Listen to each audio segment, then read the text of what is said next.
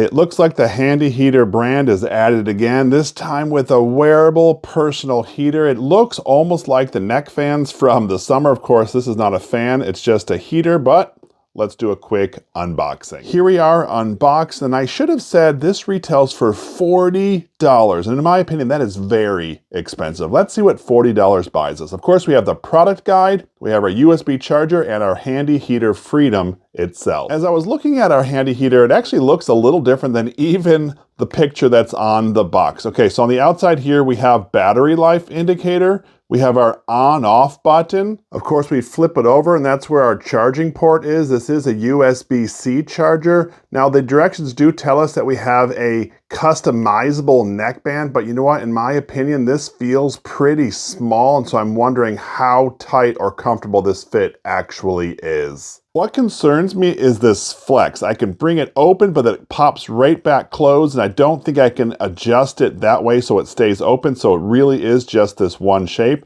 The idea is it's supposed to get warm around the inside here on your neck area, and I guess just keep you warm. Let me read through the directions and see what we do first. Welcome back to another Jeff Reviews for you, and as you saw, we are looking at the Handy Heater Freedom. It's the wearable neck heater that's supposed to heat your entire body. Anyway, enough talk. Let's get right back into this review. The Handy Heater Freedom has 4 customizable heat settings.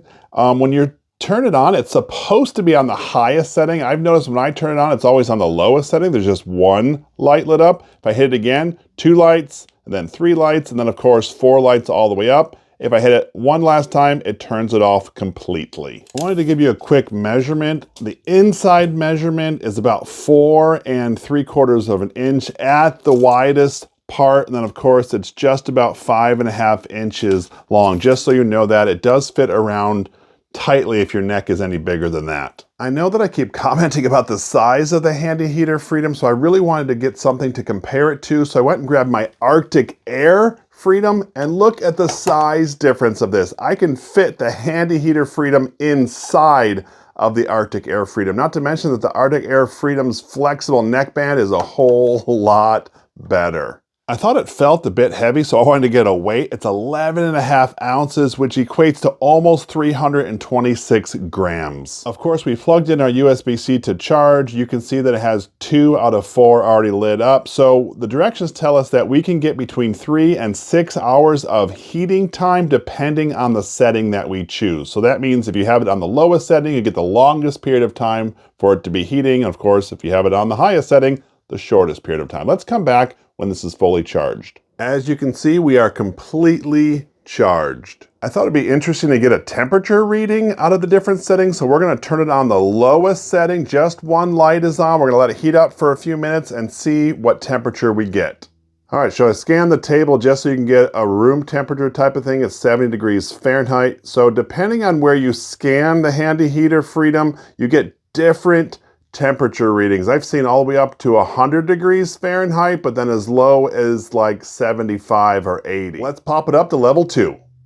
So this is interesting. We're having very inconsistent measurements, even in similar areas. I've gotten as high as 105 degrees Fahrenheit right here, but then as low as like 88 or 87 degrees Fahrenheit. It is getting warmer at the higher setting, just a note. This is the highest I've seen so far in level 2. It's right there at about 110, 111 degrees Fahrenheit. Let's put this up to level 3. Here we are scanning at level 3. I see a regular temperature of 111 or 112 degrees Fahrenheit. Sometimes I've gotten as high as 116, so it does do some fluctuations even at this level. We're gonna pop it up to level 4 to see if it gets higher than 116 degrees Fahrenheit, because that's the hottest I've seen so far. Wow, this has been cool. The highest I've seen here on level 4 is 123 degrees Fahrenheit. Oh, that was just 124 degrees, so it definitely gets warmer each level. You can see the temperature here on the table is right around 73, 72. It's gonna get cooler there, but that is pretty sweet. In order to continue this test, I actually ran the battery completely out all the way to 0.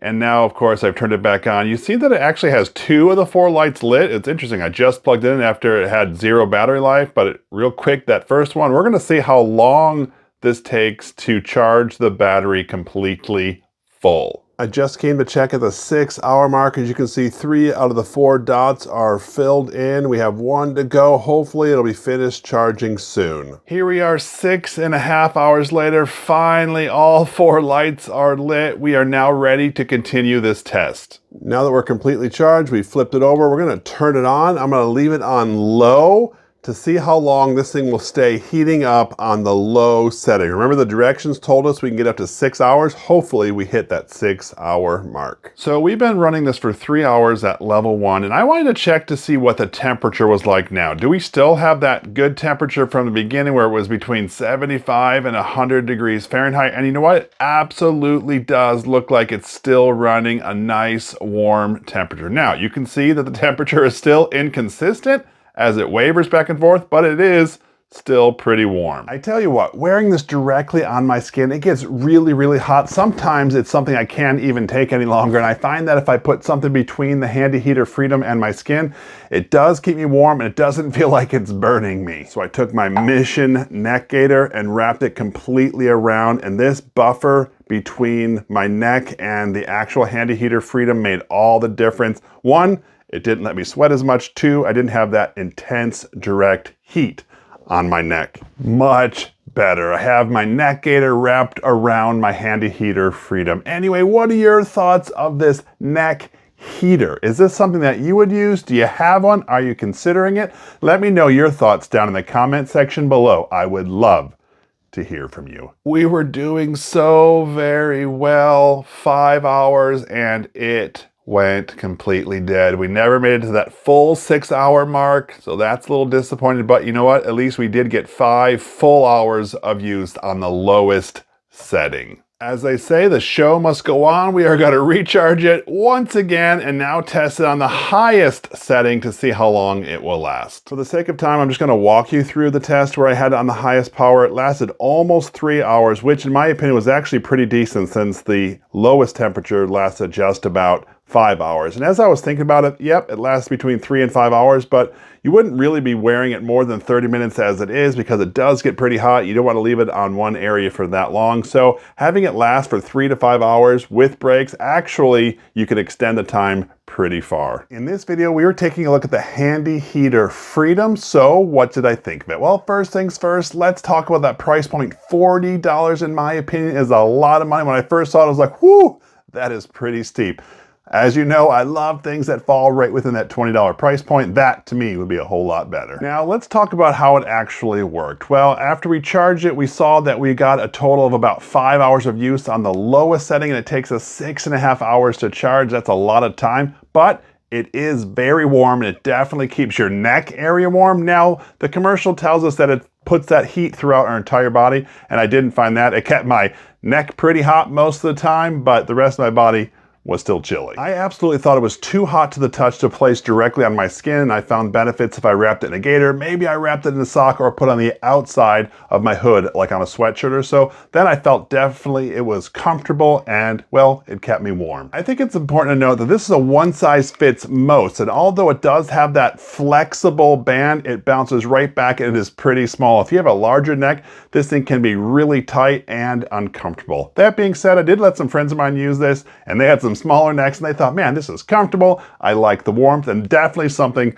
that they would use. So that size of the neck does absolutely matter. As for me personally, this is not something I would use. I found that it was too small and almost felt constricting. Like I will say, as I said before, some people that maybe had a smaller neck thought it was great, but for me, not so much. I will say if you do have like a stiff neck or something, this could be good for a heating pack or putting heat directly on that part of the area. But as for keeping my body warm and wearing it around my neck all the time, it's a no for me. Anyway, if this is something that interests you, I will leave a link down in the description. This is Jeff with Jeff Reviews for You. As always, thanks for stopping by, and I hope you have a great day. I did double check Amazon, and I saw a consumer reviewed the product, and they said they absolutely loved it. It kept them warm, and they've used it for a little while until one day it stopped working. Although this did not happen to me, it happened to them where they charged it full and it stopped providing heat, and they couldn't even return it to get a new one. It's important to note that there are occasions when this thing just stops working. I really do appreciate that you stayed around for my entire review of the Handy Heater Freedom. You know what? Not that long ago, I've actually reviewed a lot of the handy heater products. I'm going to list 2 of them right here for you to check out. And I would love it if you would click on one of these links. And when you do, by the magic of the internet, I'm going to join you right here or right over there. So go ahead, click one. They're safe, I promise.